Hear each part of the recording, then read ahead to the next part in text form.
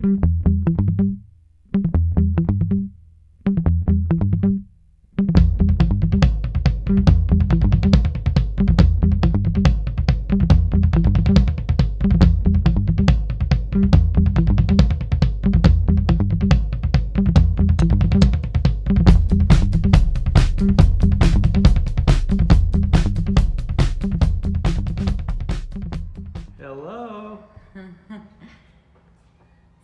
should we say where we are right now?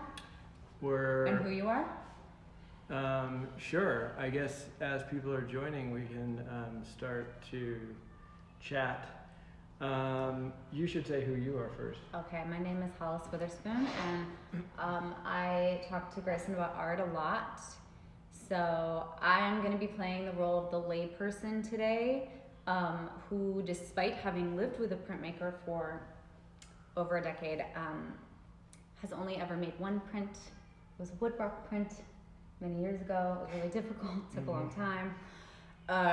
So I'm excited actually to be here today to talk about printmaking in a less intimidating way. I'm going to ask all the questions that people might be afraid to ask because they might sound like dumb, but I'll ask them because I don't know anything.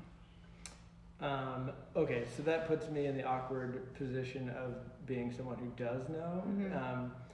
And I have studied printmaking for a long time, but and what's your name? My name is Grayson Cox. I am here as the vast resident at the Schneider Museum and teaching at Southern Oregon University. And I'm teaching 2 classes where I have never met the students, which is interesting. And I'm having to work and think a lot about how to do printmaking without all this fancy machinery. And so I'm going to do some printmaking today that involves making prints, using print theory, but not exactly using machinery. I will use some of the fancy stuff here, but this is all stuff that people could do from anywhere with a variety of materials. So if people are watching at home right now and they want to follow along or make a print, is that possible? And if so, what materials would they need to have? Yeah, it is possible. Run right now and get a rolling pin and then you get some sort of squeezable fluid or ink or acrylic paint. You could do ketchup, right? Roll it out. You could do ketchup. You could roll it out. Paint. Yeah, there's lots of different ways to do it. First we're going to look at how to do trace monotypes, and that's a pretty standard printmaking intro thing to do in a printmaking course, is to show trace monotypes, because trace monotypes are this amazing thing where you make a drawing and then you can see, you make a drawing on the back of paper with ink or something rolled out on a slab or a table or glass or something. And then you can draw on the back, just lay the paper right down into the ink or ketchup or whatever, as long as it's stiff enough and not too liquidy. And then you can draw on the back of the paper and lift it up. And usually, not always, it is a kind of 1 + 1 = 3 kind of moment. It is kind of printmaking at its simplest, but it still works and it still creates effects. And anyone who's familiar with Instagram and filtering and stuff like that, printmaking is a very good way to produce mediated images, or images that look like they've been put through some kind of a filter. And that's the kind of point, that they've been processed in a way. You explained Andy Warhol's offset registration the other day, which was very fascinating to me and something I didn't know. Can you explain that? So mechanisms, the matrix, when you say matrix, you mean a stencil? I mean a stencil, I mean a block, I mean some kind of object that's been prepared that doesn't change. That doesn't move or shift. Yeah, and so Warhol is using screen printing and making images, but sometimes was taking a mop and generally mapping out some lips and some eyes and then printing a photographic silkscreen over the top, and it all sort of made sense as Marilyn Monroe. Mm-hmm. so, you know, we can be quite sloppy, very improvisational, and still lock it in as an image, or you know, and have all kinds of different effects that happen. So, and I want to talk about this improv for a little bit, because I come from a performance improvisational background, you're from printmaking, but we've talked about how these like are unlikely bedfellows, but actually quite complementary. The idea of improvising, the idea of celebrating mistakes and using mistakes to your advantage in the work, the idea of like not only tolerating the unknown, but sort of like embracing that as part of the process. And going toward it. Yeah, as an ingredient. Yeah, I mean, the idea of yes and is super important to the way that I do printmaking. Mm-hmm. I, you know, have acted as master printer on certain things, and have really tried to get what someone else wanted, or collaborated. But I also, you know, for the most part, I make prints, and I use printmaking as a sort of improvisational tool, where I leave a lot open to chance, and I utilize the things that I know, but then leave things open to try and make sure that it can be still exciting for me. Mm-hmm. And so, you know, you can set up, it's all about setup. If we do a lot of setup, we make a bunch of different matrices, a bunch of different stencils, a bunch of different photographs on screen prints, on wood blocks. You can now laser cut wood blocks with photography in it. You can CNC route wood. You can carve by hand. You can run things over with your car. You can do lots of different things. Amazing. You can do lots of different things to set up, and then once you're set up, you know, you still have to make a lot of decisions. And printmaking, in my view, is about decision making. And I think that a lot of those decisions can be made in advance. Even thinking about if you're interested in using photography, you know, choosing the photographs, you know, that's a decision. I personally like to see artworks that that use a lot of decision making. There's lots of decisions in there. It just seems like we're talking about so many steps, right? Yeah. Layers as preparation as steps. Lots of steps. Yeah. Yeah, and then there's lots of ways of thinking about it, and like. I've mentioned many times, you know, printmaking is about layers, thinking in layers. It's about layers, process, multiples, and the social. Mm-hmm. And process is really, really important. Your setup, thinking about how things are set up is really important.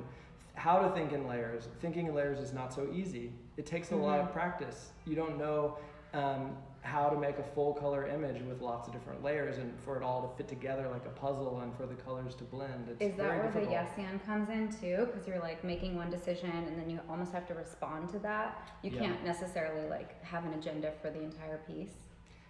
Yeah, you cannot have an agenda with printmaking. Even master printers, even the best among us, there are surprises, and you know, I think a lot of us, we get addicted to those surprises. We really want to see those again and again. It's sort of a chasing the dragon kind of situation, where you're always wanting something amazing to happen. It's kind of like a documentary in a way. It's like you just like. Should we chase the dragon today? Okay, we're gonna chase the dragon. I think I've set a high bar now. Now lower the bar for what. And get your ketchup. Or get, you don't, but I think, you know, ink works the best, and something that is not going to dry quickly, but then is not going to be too liquidy is what works the best for trace monotypes. But we're going to show trace monotypes, and we're going to show pochoir. Pochoir is just a fancy technique that Brad Ewing from Marginal Editions reminded me about as we were preparing for this, which it just involves a stencil and cutting off a brush and then dabbing it in ink and then dabbing over over a French stencil. So should we get to it? Yeah. So first we're going to show you some artworks that I've made just recently using these techniques, and then we have a special project. Okay. All right. I'll be the camera person. Okay. So this is the amazing studio. Southern Oregon University has incredible printmaking facilities, incredible facilities in general, actually. In New York City, we have pretty amazing facilities at Pratt, but this is a really you know, they have a lot more space here. I'm gonna do a little tour. So we're looking at some of these like pretty heavy duty machinery here. Like I'm looking at this guy. Tell me, are these things that like these look quite intimidating? Are we gonna be using these sort of presses today? No. Okay. These are lithography presses and etching presses, and these are much more technical and able to produce a lot of pressure when you put something through onto a plate and print off of paper or something. We're going to be doing much more DIY home stuff today, and I'm going to start off with showing you some prints that I made while I've been here, which I think you will understand fairly quickly. You know, I grew up in Indiana where we had no mountains, and I live in New York where the only mountains are like sort of man-made except upstate. And these are Amazon Alexa talking to an iced coffee over Zoom. And this is an iced coffee that's sort of in the woods and not doing so well, having a hard time talking to another iced coffee. Mm-hmm.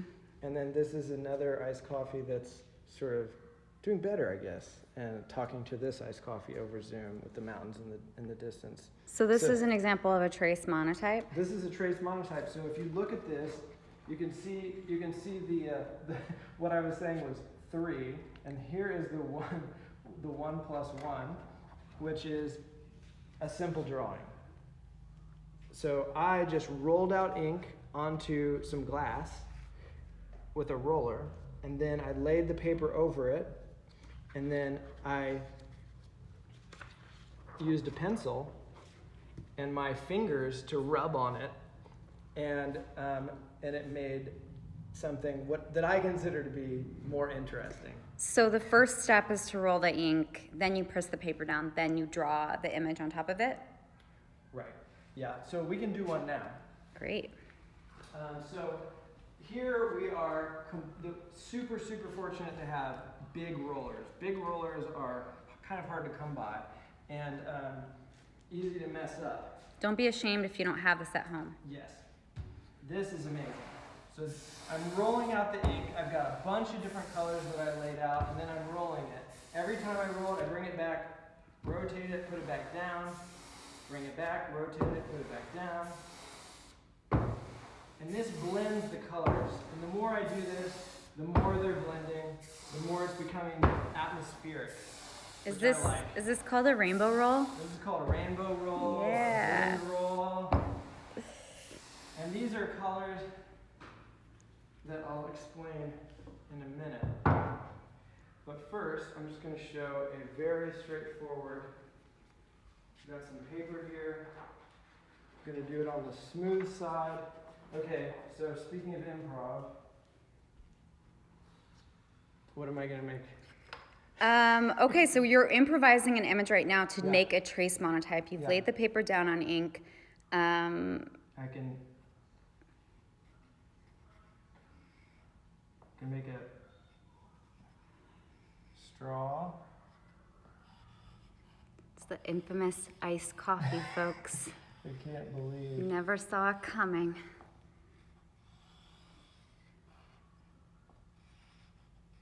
And for those who didn't see the talk the other night, you often use iced coffee as sort of a symbol, right? As a little icon. Yeah. Yeah, sorry, I'm not saying Oh, more. someone's asking for a portrait of me. How come you didn't shoot for that? See, so this, I'm going to show something that's a big mistake in printmaking. So it's very hard to get used to writing backwards. Oh, right, because first you wrote, this first thank you is not actually going to come out the way you see it here, so you have to write it backwards. So let's see what we've got.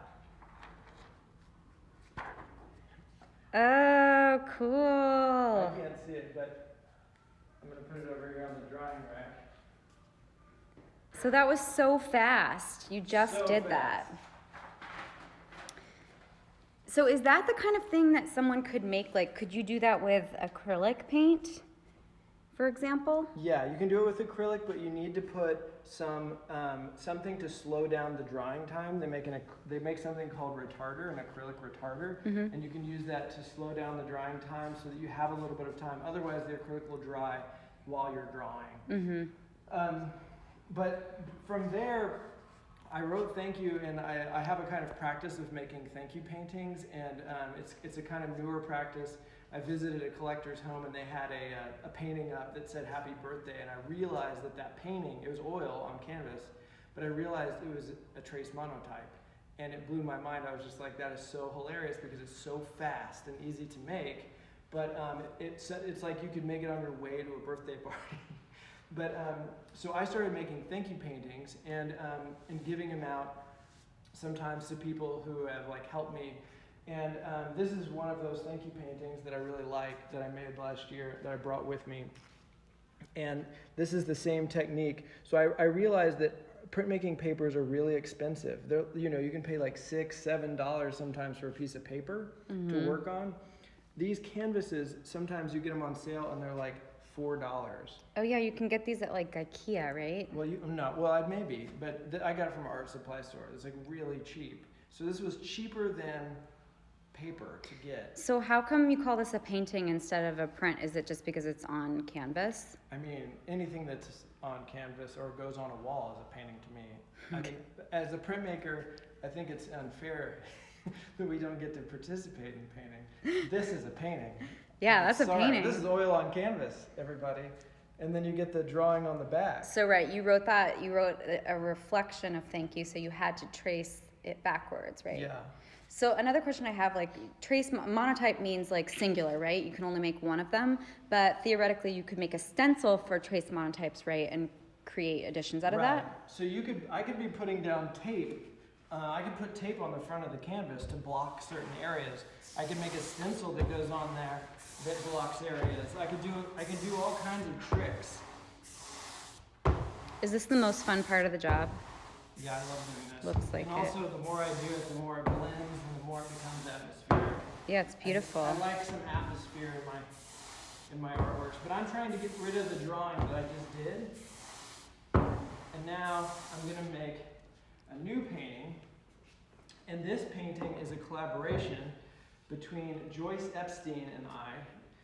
Joyce watched the talk the other night that we did, and she, during the talk, she wrote a poem about iced coffees. Like a response poem, right? A response poem. And I called Joyce. Joyce gave me her phone number, and I called her. I hope you're watching, Joyce. Hello. And I asked her for permission to make an iced coffee painting with her poem today. And so I'm going to read her poem. Oh, liquid wonder, freeze my lips to yours, tip the straws so the angle is 21st century modern, but flexible so the hands that touch it may reach into the future frozen in the moment of melt. Intense, right? So beautiful. So great. So she wrote me this, sent me this poem and dated it in email, and then I wrote it out with my terrible handwriting, and then I held it to the window. Can you show us what that would look like? Just I think it would be really helpful because this is not a part that's intuitive, right? This is one of those process. It's a really good tool for tracing. You can just put something on the window, and you can see through it, so you can trace. And so I just traced everything so that it was backwards. So cool. To use as a reference, so that when I was, so that I could prepare the painting, which now I have here. So then you traced it backwards on this canvas, on the back of the canvas. Yeah, what I thought was like a decent layout for my painting. I should say our painting. This is a collaboration between Joyce Epstein and I. And what kind of ink are you using here? So this is lithography ink. So this is something, in my studio I usually use only acrylic, and I use airbrushes and screen printing and stencils. But here I have oil-based ink in the shop here, which is great and exciting for me. So I decided to go ahead and use it. Now I haven't made one of these on canvas here yet, so who knows how this is going to go. This is There's improvisational. Really a lot at stake. I really hope this is good for Joyce. You know, we talk a lot about how improv is like, it's about acquainting yourself with failure, like it's risk taking and getting close to failure. So when you do succeed, it's just so triumphant. Do you feel like that with printmaking? I feel like I feel like that with art. If there's something at stake, it works out. It's more exciting. The results are better if you have something at stake, I think. If you're just yeah, and this is that kind of situation. Oh, this is one of my pencils. This is an artwork that I made. It says audacious and persistent in Futura font. It's kind of your mantra, huh? Which is, yeah, what I think you need to be an artist. You have to be audacious and persistent. So what's on the corner of these canvases right here? It looks like there's tape. I put some chipboard. It's 2 layers deep on each corner of the canvas, and what that's supposed to do is lift the canvas up off of the ink so that it's not resting on it completely. And does that make it a better impression when you do push down? Well, it just means that less ink is going to go onto the canvas. Okay, cool. So what kind of like physical skill do you need to have in order to create something like this? Because like this roller thing looks pretty impressive. It's a little intimidating, that thing. It takes a little practice to use the rollers, but they're pretty fun. And yeah, I'm sorry, I'm too lost in doing this. So can you tell us what you're doing right now? So I'm just tracing what I already wrote, and you can see it start to work. Oh, yeah, cool. And it doesn't matter really where it is. So you don't necessarily have to place it right back in the exact Not necessarily, space. no. It's pretty forgiving. This is a live artwork, folks. It's a happening. So is this metallic ink that you're using? Because it looks quite shiny. Yeah, I love silver. So I'm gonna look at this ink. It's so pretty. Oh, look at that. I used a silver ink in this, so it would give us a kind of some sort of effect. Sort of a sheen.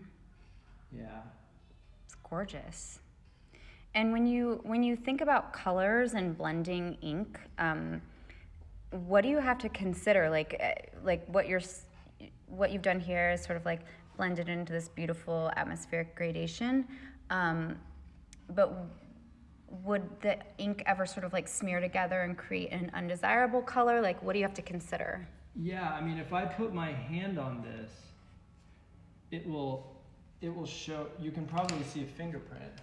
Yeah, see those fingerprints. Mm-hmm. And you can see all these effects right here. Wow, that's cool. And yeah, I like the effects. I think it's fun, and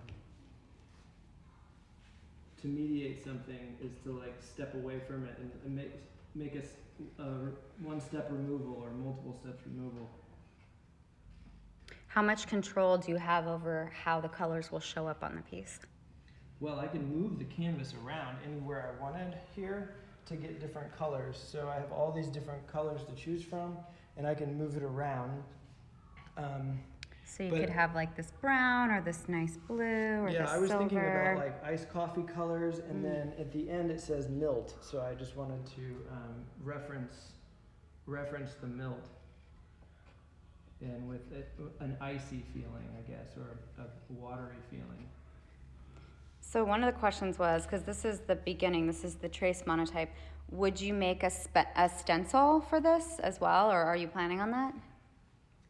For this painting, probably not. I don't know if we'll end up using any of the stencils that I've made on top of this painting, or if the painting we'll decide if the painting is just done with just the text and just the poem.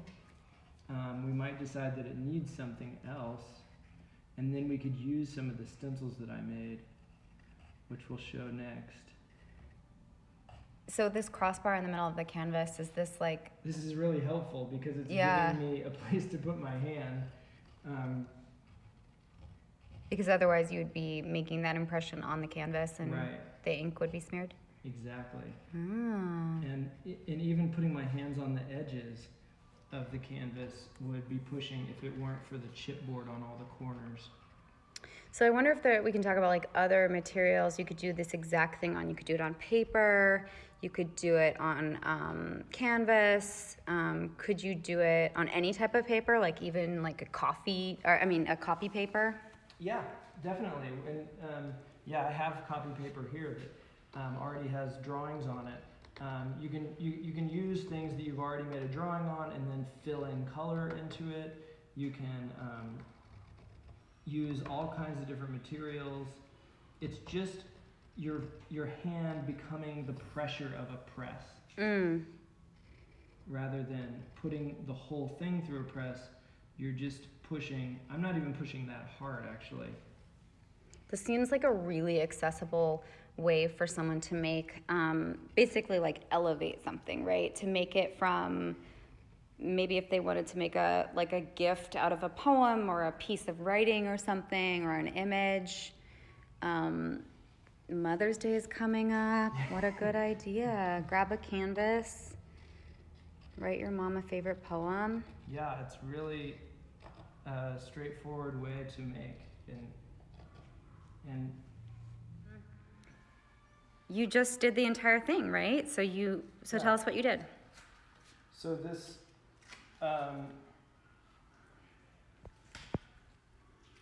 so I just traced out all of the text on the back of the painting, and I think you were asking, are there other things that you can use other than a pencil? And I would say yes, definitely. You can do all kinds of other,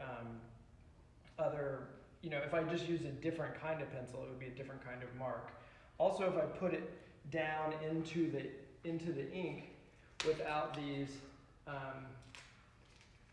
things on it, it will leave a different kind of mark. So you're taking off the sort of like elevator things? Yeah, so now it's going to be much closer. Okay. And we can see what kind of a mark it gives us. So you're putting back on it. Creating a little bit of water or melt. So could you repeat that? You could use things other than a pencil? Ooh, so you made a little mark down here.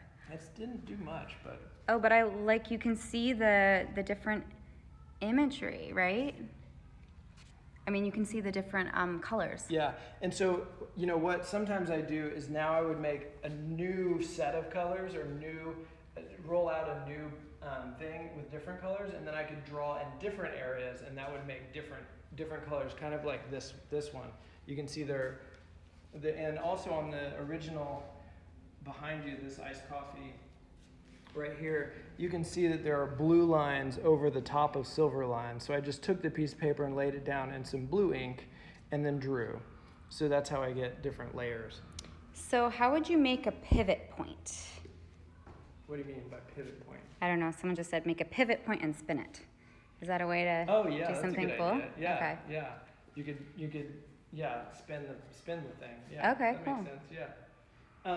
So we have another painting to work on as well, but I thought maybe we could blank canvas for the future. We could move over to print, having a little bit of fun. I'll show you some paintings. These are some artworks, some of which I started at the studio in Brooklyn, and some I made here. These are different objects together. These are iced coffees floating, free falling. This is Amazon Alexa. Now, is their printmaking used in this? Yeah, so that's all stencils, silk screen, and actually some brush dabbing going on. So this would be a silk screen image? Well, yeah, and also it's airbrush as well. Okay, cool. And then this is what I'm working on here. I'm putting in this this window into this, and it has my allergy medicine and the Amazon Alexa, and I'll have an iced coffee talking to them. Is this metallic as well? This is from a stencil? Yeah, this is from a stencil that I got. We felt bad for our daughter, and we got her some new games, and this was Scrabble, Scrabble for children. It had all the little pieces in it. and I liked the rounded corners on it, so I cut it out to make this window, because I thought it looked like the FaceTime window.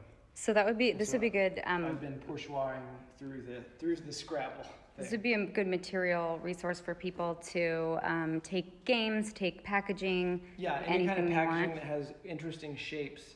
You know, there's all kinds of foam. If you buy something that it's like wrapped in foam, those things are pretty cool shapes, and you can sometimes, you know, roll those up with something and press it against something, make a stamp, or make a stencil.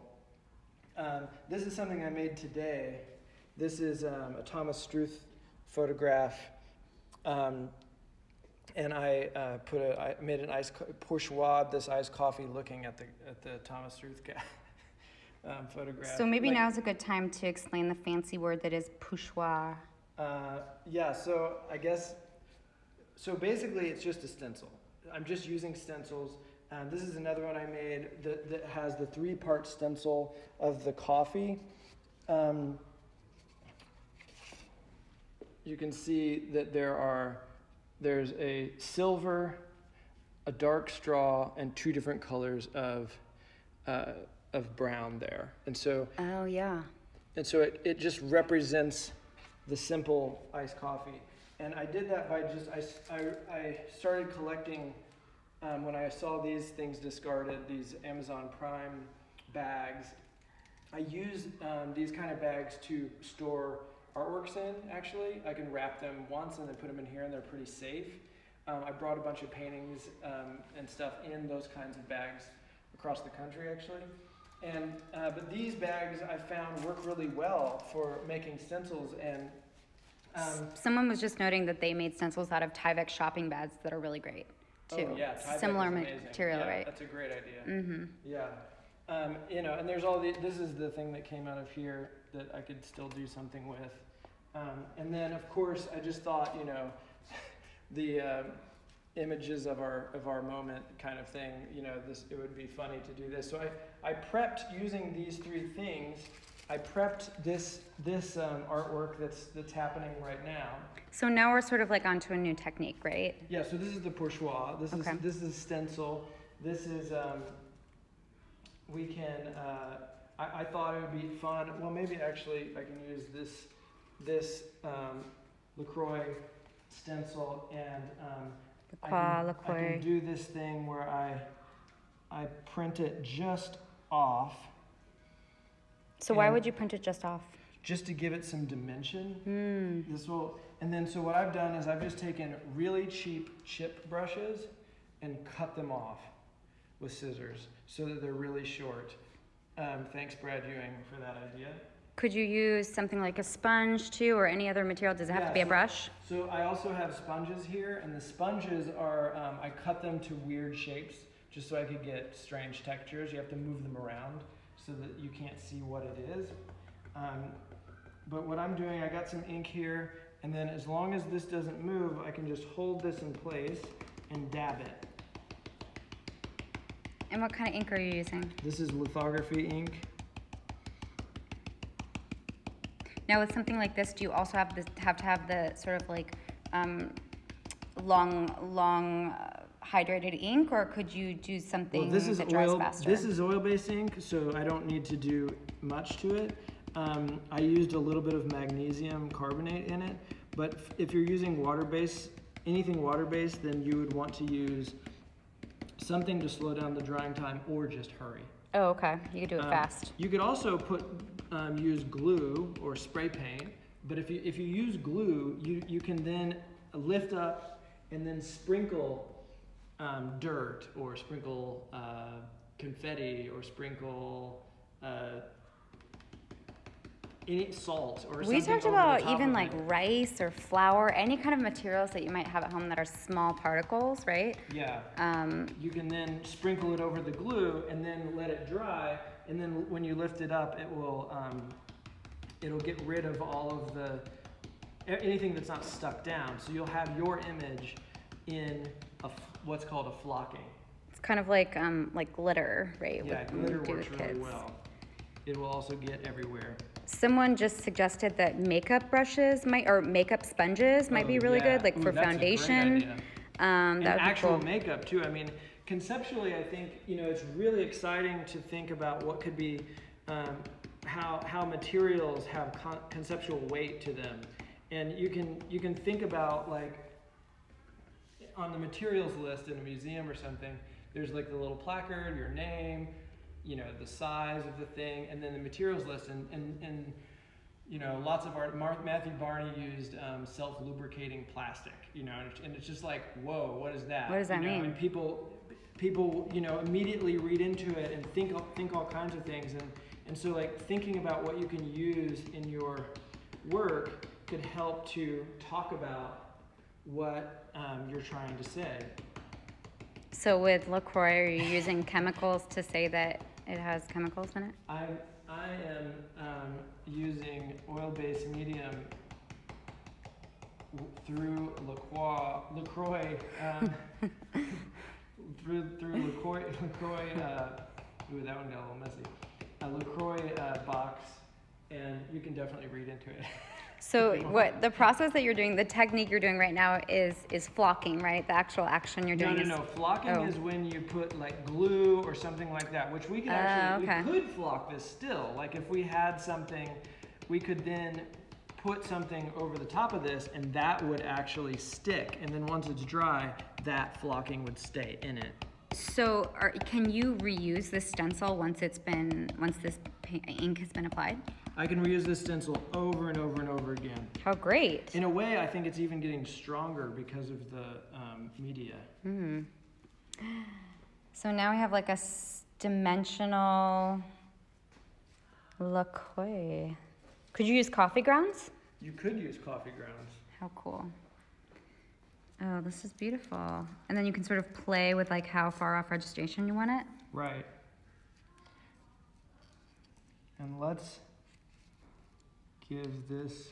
So now you're using a new stencil with the Amazon Prime packaging. Yeah, and I'm gonna make a coffee in the little zoom window up here.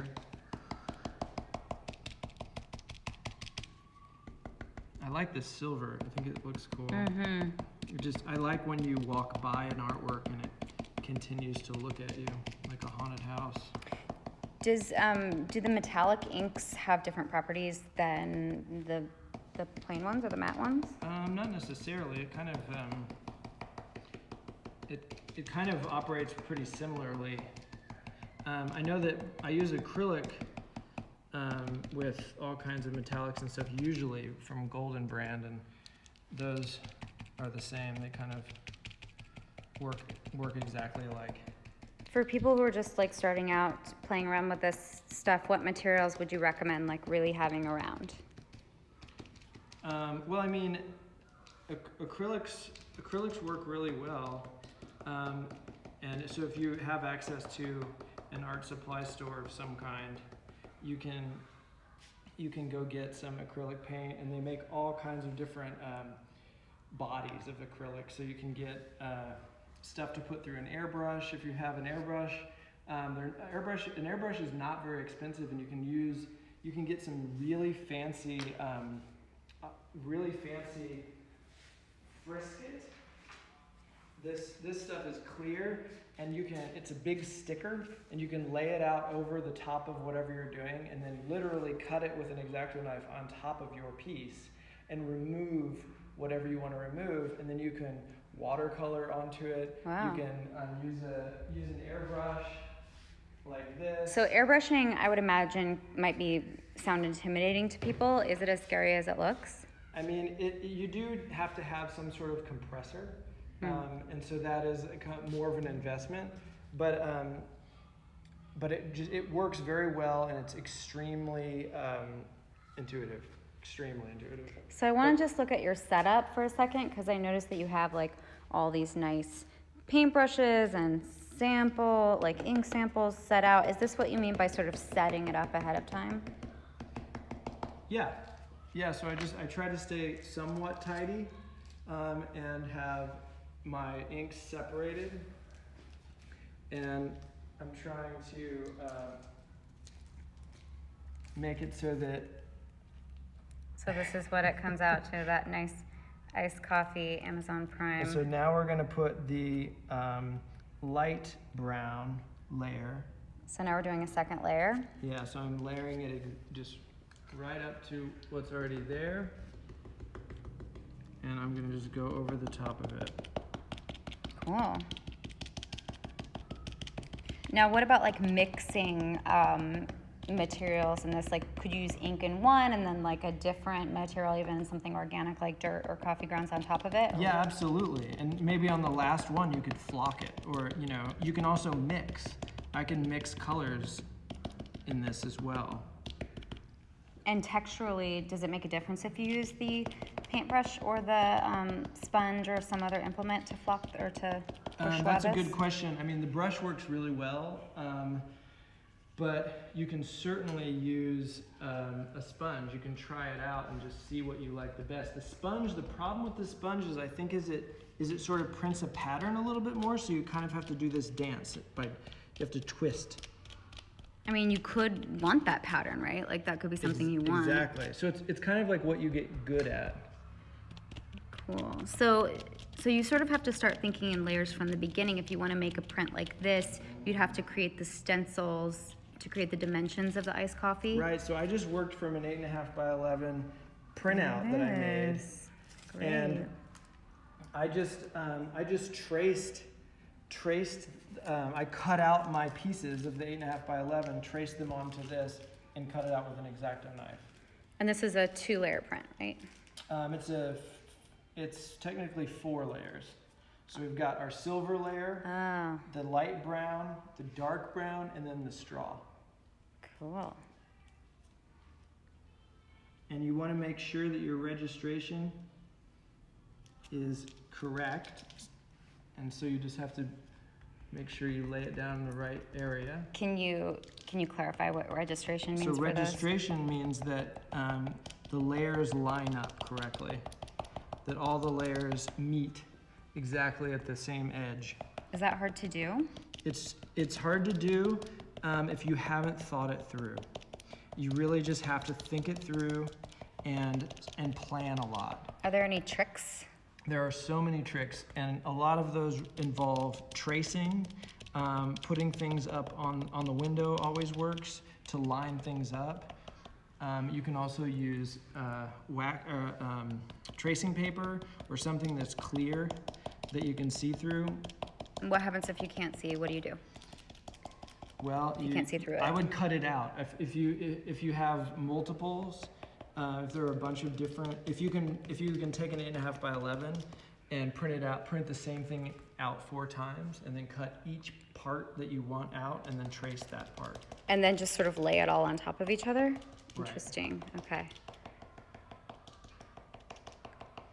So I'm just guessing here, and I'm trying to keep this like somewhat even. Mm-hmm. And then I'm trying to keep it straight, and then removing it carefully. Nice. There you go.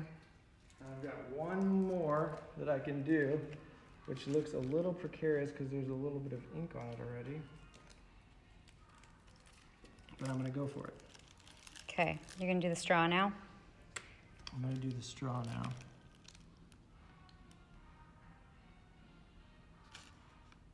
This seems like a part that would be really about decision making.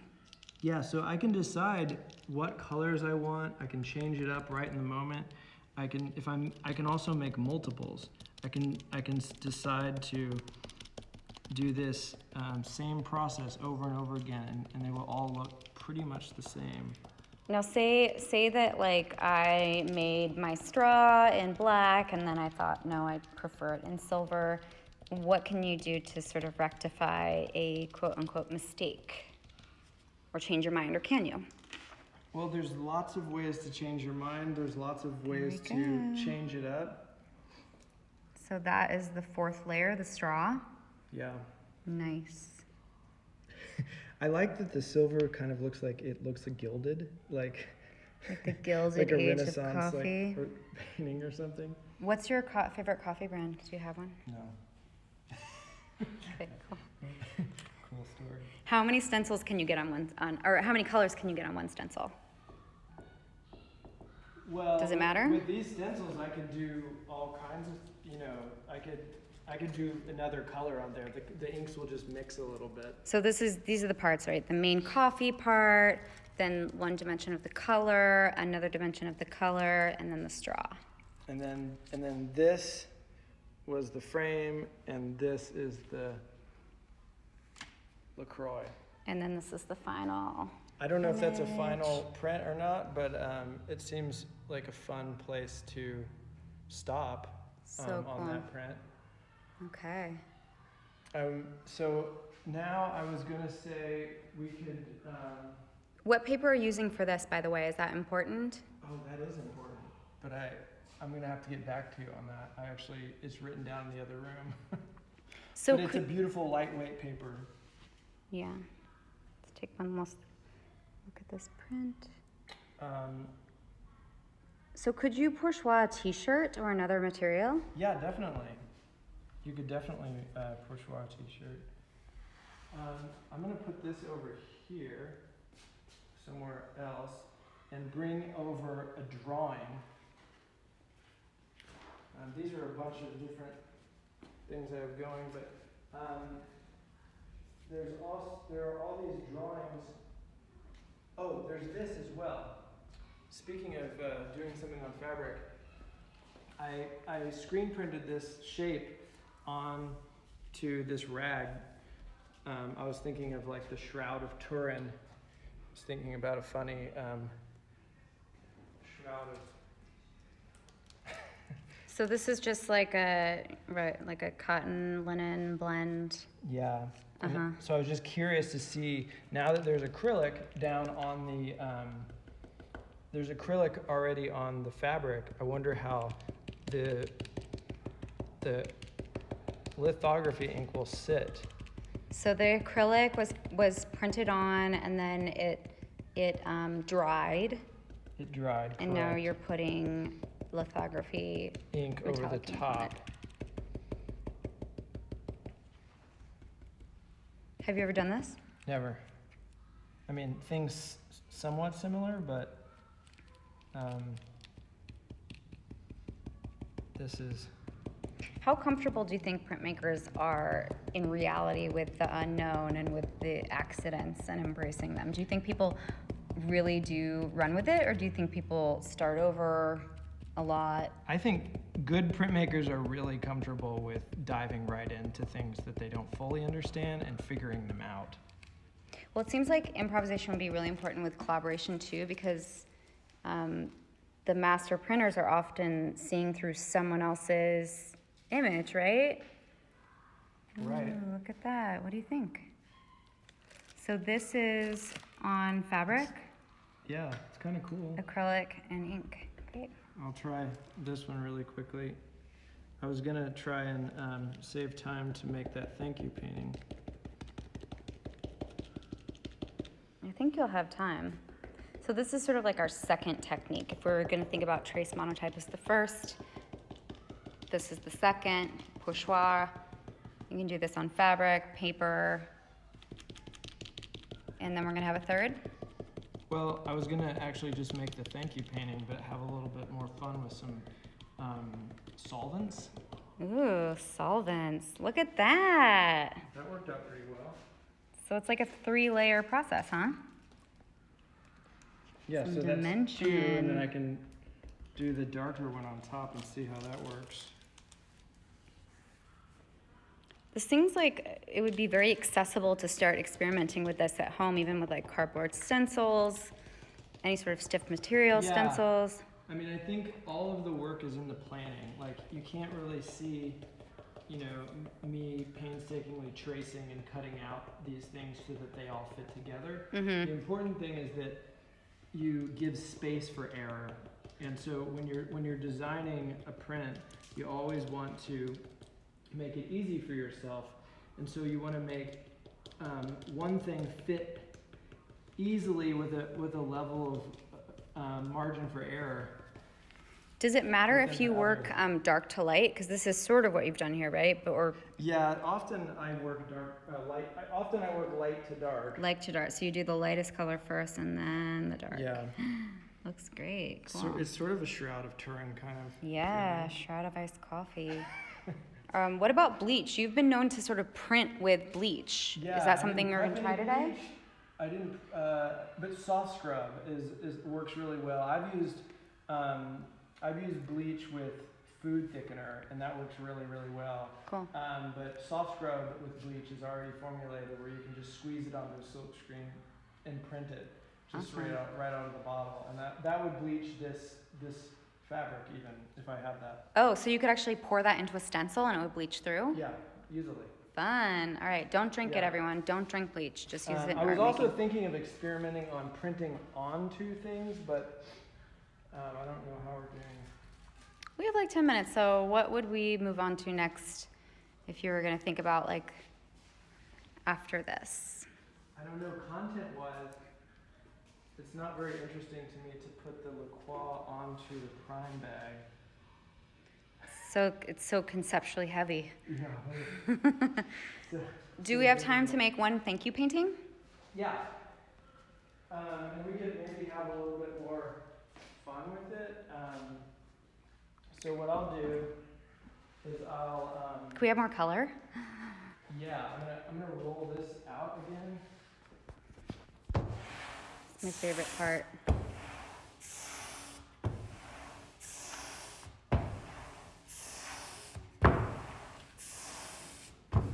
Is this thing really heavy? It's a lot lighter than it looks, but it's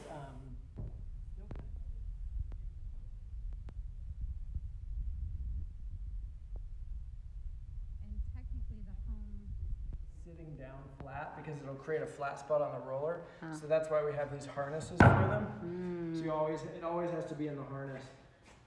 Let me see if there's. Yeah, someone was mentioning this sound. It's like, what is it, ASMR? Oh, so great. Yeah. And they talk about it in terms of stickiness. If your chemicals, and I added magnesium carbonate in it. What does that do? It makes it stiffer. So the ink it makes less noise because of adding that. So it can be kind of it can be something to play with. I did that so that I would have. You can see on our first painting how clear the text is. This is the first trace monotype. It's really, really clear, and honestly, I think this thing still needs something. I think we need to add something to it or play with it with another color. But you can see on this other thank you one that it's a little more wild, and like the ink did a bunch of wild stuff because there was solvents and it wasn't the right consistency. Yeah. Whereas with the poem painting, I actually did get it right, which can kind of be boring sometimes. So are you saying like the stickier the better, or does it just depend on what you want to be doing? It just depends on what you want to be doing. It just depends on what kind of effects you want. So this is a thank you painting that I've got worked out, which I think I'm going to flip so that I've got blue at the top. And the thank you is written correctly, so it's going to come out backwards, right? That's right. So you always have to do the mirror.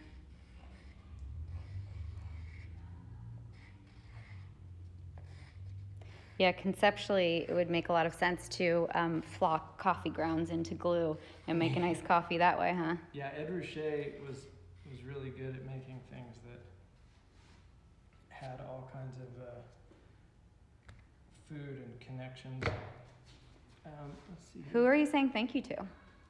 I don't know yet. This is the beauty of this. It's like, what to print on. And for whom? And for whom.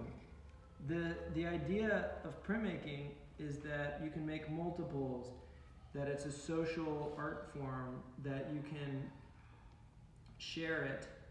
And so I really like to think about these things as a form of economics or currency. Well, we were talking about editions, right? And how the artist decides how big an edition should be. And I kind of want to know more about that, as well as, what goes into a person picking a particular print from an edition. What do you mean? Sorry. Well, first of all, how does an artist decide how big an edition should be? Well, that's a really good question. I think that it depends on the situation. It depends on, an artist can choose to follow tradition. You can think about it from an economic standpoint. You can think about what would make you the most money. You could also think about how many people are in your family and make a print for each person in your family. You could make a print for everyone on your baseball team or something like that. And I think that, like, you know, thinking around the reasoning for how many is really important. It shows, it holds a lot of value in the project as well. And I think that people can think more about how things that can be reproduced should be distributed and why. I think it's really powerful. A while back we did a project called Personal Desire Propaganda where we made a bunch of editions of 100 artworks. And when we made 100 of something, we really made them all the same. They're the same quality because you didn't want to ever rip somebody off. You don't want to give them a bad one. So there's a kind of social pressure there. But we sold all the artworks for $10, and they were really well-conceived prints. And people, but once you had 100 of them, you knew, I'm going to, you know, make $1,000 from this artwork. And the prints are going to go far and wide. You know, they went all over the place. And it was a really wild feeling because you weren't as attached to each print, but that print became a kind of vehicle to actually discuss whatever was in the print with people, which was exciting. I'm going to draw some wood grain. So when people are thinking of purchasing a print, maybe for the first time, what should they look for when they look through an edition? And do they always have that choice? Yeah, that's a good point. I don't think they always do have that choice. I think it's kind of something where you're often just getting one thing, but it is possible to choose sometimes. But I don't think it really matters. It really shouldn't matter. If you're looking through a group of prints, you should buy the one that you like, but all of them are usually pretty much the same unless it's a variable edition. What is a variable edition? A variable edition is just an edition of prints where there is some variant, like maybe it's got the same matrix, the same imagery, but then you have a different color, you know, like maybe it's a star painting in purple or a star painting in blue. And those are choices that the artist can make after the first edition is made or while? Usually it's made while. All right. Our second trace monotype. Very clean. Very clean, a little too clean. So let's play a little bit before we finish this. So I think I got some simple green here. There's also some mineral spirits. Maybe I'm gonna get the mineral spirits. We'll just take another look at this beautiful ink. So it could be interesting. And what are you doing with this? I don't know. I'm just playing around. It just lubricates the ink? Yeah. So what I'm going to try is I'm going to just try to... Improvisation. Happy accidents. Or I guess this is kind of intentional. Somewhat. So I hit some...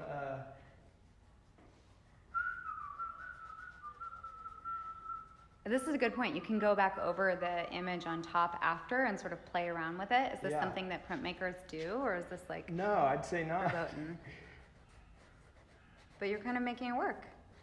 Yeah, you can always keep going, right? Yeah. And then maybe I could decide to put some blue In another area of the print? in the other, yeah. Maybe there's a blue highlight. So you're sort of creating the highlight just by putting pressure in a new place. Yeah. Cool.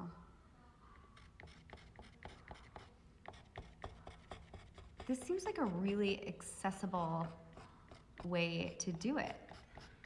It's so fun. And you can just keep working. I see.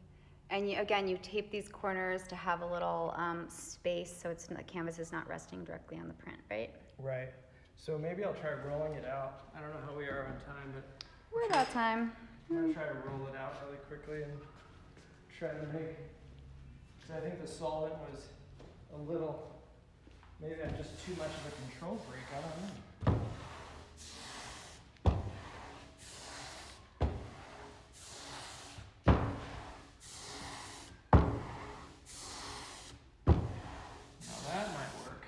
Kind of cool because Sort of creating these like pockets. some trippy zones. Yeah. Almost and that might create like more of a sky feeling. So I could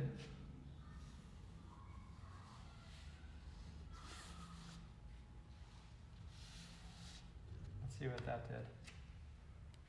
It's got a little atmosphere. A little bit of atmosphere. Nice.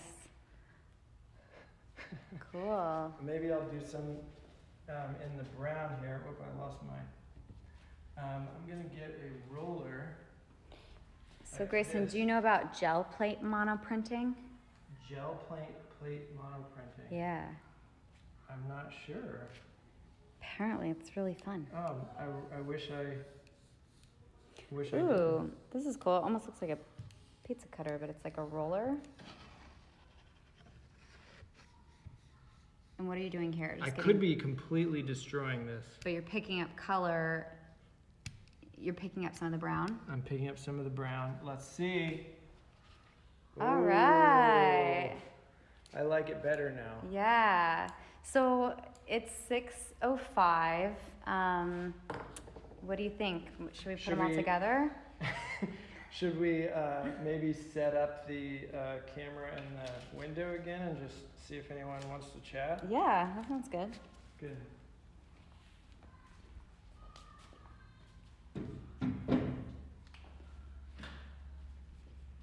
It's a beautiful day in Southern Oregon. So when we look back at that poem that you printed in this piece, you could theoretically sort of go in and do a lot more work on it, right? Right. Cool. It's kind of generic still, but it could, I don't know, could. It's a thank you painting. It's a thank you painting. All right. That's a tree outside. So now this is strange because now I don't know what to do. I don't know what to do either. Do you feel like you said everything you need to say about printmaking? Definitely not, but we covered, in terms of making one-off artworks, you can play till forever, I guess. Mm-hmm.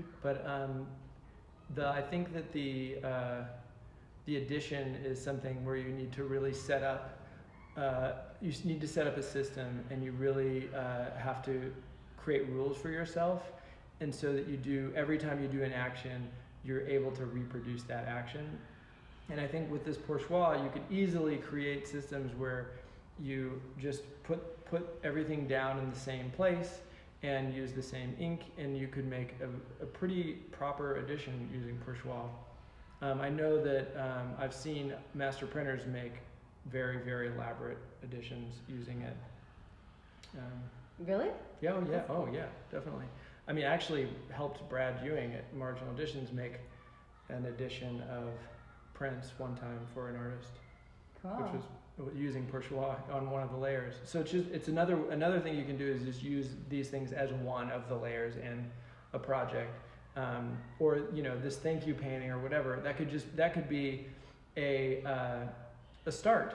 You could let that dry and then work on it as an oil painting. I'm curious about, just to sort of end, we've been talking about improvisation and the technical aspect and how they sort of meet and in a happy accidents way.